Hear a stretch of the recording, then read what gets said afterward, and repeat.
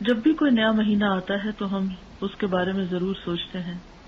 لوگوں نے مختلف مہینوں کے ساتھ مختلف باتیں وابستہ کر رکھی ہیں.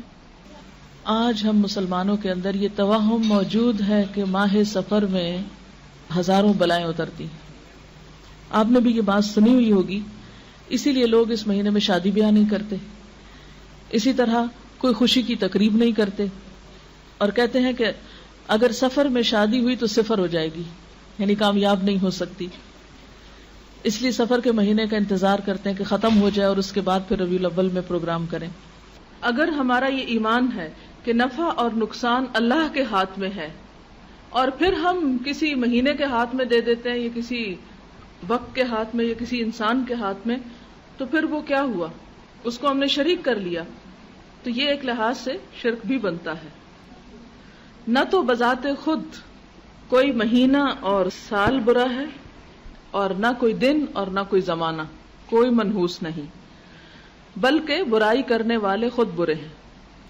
کل انسان الزمناہ طائرہ فی عنقہ، ہر انسان کی قسمت اس کے اپنے گلے میں لٹک رہی ہے جو اس کے اعمال کی شکل میں اس کے سامنے آتی ہے.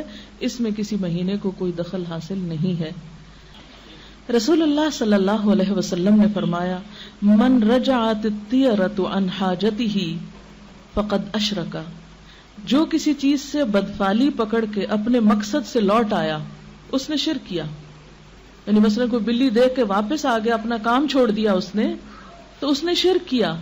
کیونکہ بلی کوئی قسمت بنا یا بگاڑ نہیں سکتی، بلی کے گزرنے سے کچھ نقصان نہیں ہوتا. اور اگر انسان یہ سمجھتا ہے کہ نقصان بلی کی چال میں ہے یا بلی گزرنے میں ہے، تو یہ اس نے اللہ کے ساتھ شریک کر دیا. کیوں؟ اس لیے کہ ایک مسلمان کا عقیدہ یہ ہے کہ نفع اور نقصان سب اس کے ہاتھ میں ہے، کسی دوسرے کے ہاتھ میں نہیں ہے. صحابہ نے پوچھا، اے اللہ کے رسول صلی اللہ علیہ وسلم، ایسا شخص پھر کیا کفارہ دے کہ اس کی توبہ قبول ہو جائے؟ کیونکہ آپ کو معلوم ہے کہ شرک سب سے بڑا گناہ ہے. اللہ تعالیٰ سارے گناہ معاف کر دیں گے مگر شرک معاف نہیں ہوگا. تو صحابہ نے پوچھا کہ اگر ایسا کرنا شرک ہے تو شرک سے پھر کیسے ہم جان چھڑائیں؟ آپ نے فرمایا کہ وہ شخص یوں کہے، اللہم لا طیر الا طیرک ولا خیر الا خیرک ولا الہ غیرک ثم یمضی لحاجتہ. اے اللہ، تیری فال کے بغیر اور کوئی فال نہیں، یعنی اصل بھلائی تیرے ہاتھ میں ہے، تیری بھلائی کے بغیر کوئی اور بھلائی نہیں، تیرے سوا اور کوئی معبود نہیں. یہ الفاظ کہہ کہ اپنے کام کو چلا جائے، یہ اس کا کفارہ ہے. یعنی وہ کام کر لے جس سے رکا تھا، محض ایک گمان کی وجہ سے، محض ایک وہم کی وجہ سے. رسول اللہ صلی اللہ علیہ وسلم نے فرمایا، بدفعلی ایک شرک ہے، یعنی بری فال لینا کسی چیز سے یا کسی چیز کو اپنے حق میں منحوس سمجھنا، یہ ایک شرک ہے. اس کو 3 مرتبہ فرمایا. اور ابن مسعود نے فرمایا کہ ہم میں ایسا کوئی نہیں جس کو خیال نہ آتا ہو کہ ہائے یہ ہو گیا تو اب پتہ نہیں آگے کیا ہوگا. یعنی وہم تو ہر ایک کو آتا ہے، یعنی شیطان ہر ایک کو خوف دلاتا ہے. مثلا عام طور پہ آپ دیکھیں ہمارے ہاں کس طرح طرح کے توہمات ہیں. مثال کے طور پر کسی بچی کی شادی کے موقع پر اگر خدا نہ خواستہ گھر کا کوئی بزرگ فوت ہو گیا جس کی موت کا دن پہلے سے لکھا ہوا تھا، اب وہ لڑکی خاندان والوں کے لیے منحوس قرار پاتی.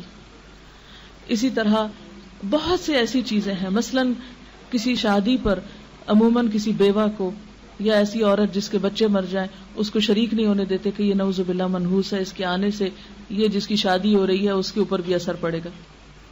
کسی انسان کے اندر نحوست نہیں، نحوست باہر نہیں ہوتی، نحوست اپنے اندر ہوتی ہے.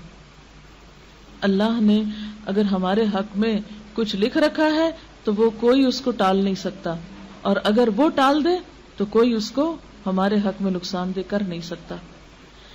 پھر اسی طرح اس کا علاج کیا ہے؟ توکل، اللہ پہ بھروسہ. ابن مسعود کہتے ہیں کہ خیال تو آتے ہی ہیں، کوئی چیز ٹوٹ جاتی، کچھ ہو جاتا ہے تو انسان فوراً سوچتا ہے کہ فلاں نے کیا، فلاں کی وجہ سے ہوا، فلاں میرے گھر میں آج آیا تھا، اس کا منحوس قدم پڑا تھا تو اس وجہ سے یہ میرا نقصان ہوا. تو یہ صرف وہم ہے، توہم ہے، سپرسٹیشنز میں سے ہے. اس کا علاج کیا؟ اللہ پہ بھروسہ اور توکل.